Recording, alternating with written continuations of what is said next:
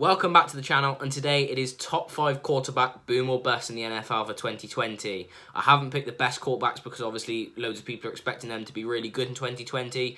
I've picked fairly middle of the road quarterbacks that, there's a lot of debate about that could go either way, and I've committed to either saying whether they're going to be a boom or a bust for 2020. But let me know what you guys think in the comments now. Who do you think are going to be the surprise packages who are really good in 2020, and equally, who do you think is going to surprise and be really poor? Go and let me know now.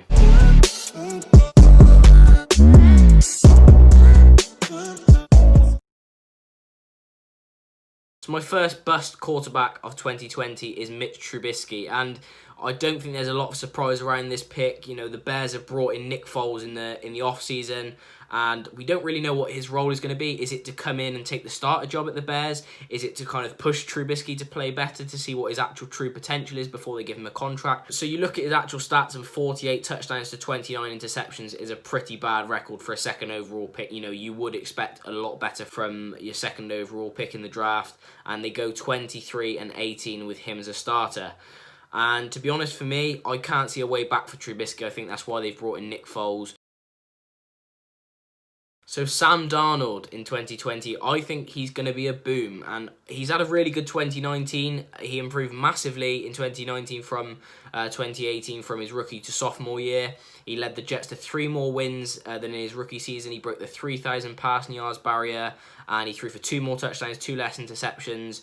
And it's impressive because he had a new scheme in his second year under Adam Gase, and he's more productive.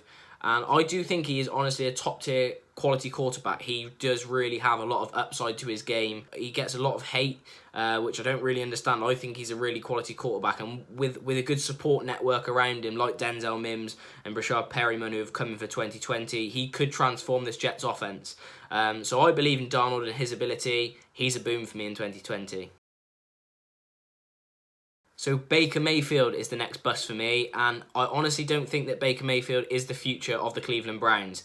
He's 12-19 as a starter with them, and his ball security was poor in 2019. He threw for 22 touchdowns and 21 interceptions, and he's got really inconsistent tendencies. He leads the offense really well one week, and you think, oh, are we going to finally see that Baker Mayfield that's been, waiting to break through for so long? And then the next week, he goes back to his inconsistent self, fumbling the ball, throwing needless interceptions into coverage. He was actually a lot worse in 2019 than he was in 2018. He threw 5 less touchdowns and 7 more interceptions, and they actually had Odell Beckham Jr. on the roster, who's a quality out-and-out wide receiver 1. I don't think that Baker Mayfield's going to significantly improve enough to warrant being a boom on this list for 2020, and I think he's going to lead the Browns to another fairly middle-of-the-road, nothing special season. So for me, Baker Mayfield is a bust. So Josh Allen, and a lot of people are split on Josh Allen, but I think he is an absolutely elite quarterback. I think him and Drew Lock, I'm not mentioning Drew Lock on this video because I've already done a special Hot Take Tuesday video on him, which I'll link there. But I think that Josh Allen is a really, really top quality quarterback. He's going to take the Bills' offense to new levels this year. He did well in 2019, rushed for the 3rd most yards in the league, and he really aired the ball out well. But, the best thing that Josh Allen has that other quarterbacks don't necessarily have in the league is a clutch gene. And this was really shown in 2019, 5 game-winning drives. It really showed his ability to turn up and turn a game around late on when they need it. And therefore, I honestly think Allen is going to be a real boom. I feel sorry for Dwayne Haskins because even the best quarterbacks in the league will have trouble with a really weak roster around them, and this is a position that Dwayne Haskins finds himself in. Terry McLaurin's really been the only star on a very, very poor Redskins offense. He's got a 2-5 record as a starter with 7 touchdowns to 7 interceptions. So obviously this isn't great, but you can't really pin it on him, to be honest. I think we'll see another lackluster year in Washington and potentially see Haskins bounce around the league for a few years, not really holding down any starting job. I think that's kind of my prediction for him moving forward. So another quite contentious one, but for me, Dak Prescott will be a real boom in 2020. Okay, he certainly hasn't been, the league MVP, but he's certainly a quality quarterback. He's just signed the franchise tag with the Dallas Cowboys, and he has been very good since he was drafted in 2016. He doesn't get the plaudits that he always deserves, though. He's thrown 97 touchdowns to 36 interceptions, and a record of 40 to 24 losses is a pretty good stat line, and Prescott actually broke the rookie record for passer rating with 104.9, so he's definitely very, very underrated. He also possesses a mental and physical toughness that a lot of other NFL quarterbacks don't have, because he's played all 64 games in the 4 years since he was drafted, and he's always played over 96% of snaps in these seasons. He nearly broke the 5,000 passing yards barrier in 2019, so I would definitely expect big things in 2020 with, a top quality wide receiver core. So a lot of people might disagree with me on this one, but I think Teddy Bridgewater is going to be a bust with the Carolina Panthers, and I'll tell you for why.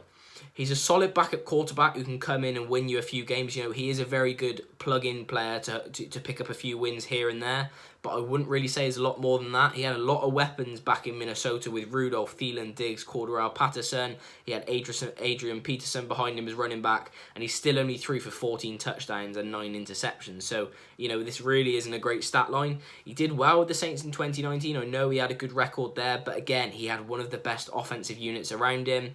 And I'd expect to see similar results for Teddy Bridgewater as Kyle Allen had last year at quarterback of the Panthers, considering the only upgrade was to bring in Robbie Anderson at wide receiver, and all of the draft picks were used on defense. So strictly speaking, again, it's a similar situation to Dwayne Haskins. It's not necessarily his fault, it's kind of the pieces around him, but you can't be a top quality quarterback if you haven't got the weapons to throw to. So for me, Teddy Bridgewater is another bust.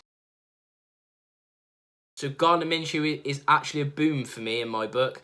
And despite the Jags not being great on the whole, Minshew and his offense in 2019 when he started were actually very effective themselves. He threw for 3,200 yards, 21 touchdowns, and only 6 interceptions in his 12 starts.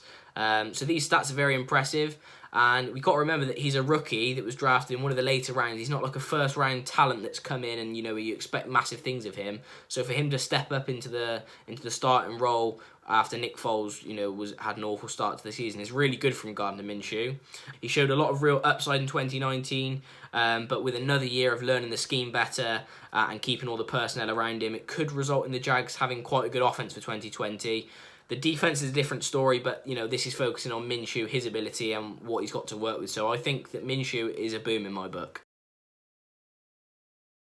So despite the fact that Justin Herbert is potentially the new face of the franchise in LA, I think Tyrod Taylor will be a bust. You got to remember that Justin Herbert is not going to be a week 1 starter. They will probably put Tyrod Taylor in to start.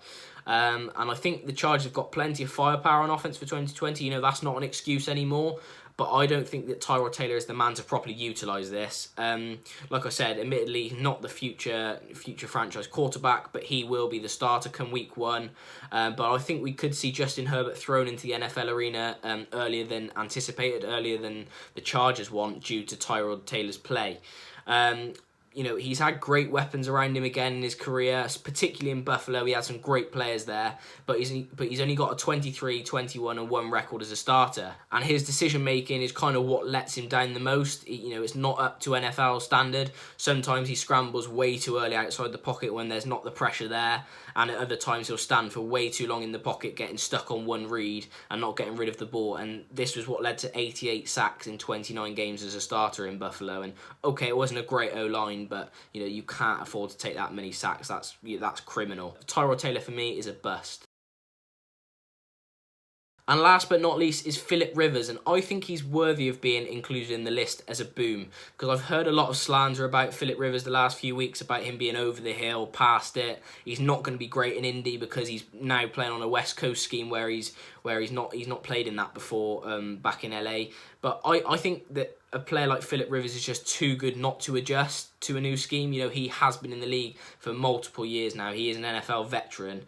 And I think with the offensive quality that the Colts have added to their roster over the offseason, they've done a really, really good job of targeting their weak spots. We all know that Phil Rivers is a very accomplished player, 397 touchdown passes with 198 interceptions and a record of 123 wins, 101 losses. You don't achieve that by only being a mediocre NFL quarterback. So he's got a wealth of experience to bring with him.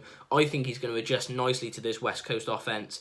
And like I said, with all these weapons around him, at running back and receivers, and he's got a solid O-line in front of him, I think that Phil Rivers will be a very good boom in Indy in 2020. So let me know what you think in the comments. Do you agree with some of my predictions? Do you disagree? Let me know now, and also comment anybody different that I've not mentioned that you think deserved a spot on this list. Thanks for tuning in to the first episode of the Boom or Bust series. I'll be bringing out the running backs and wide receivers and other positions over the next few weeks.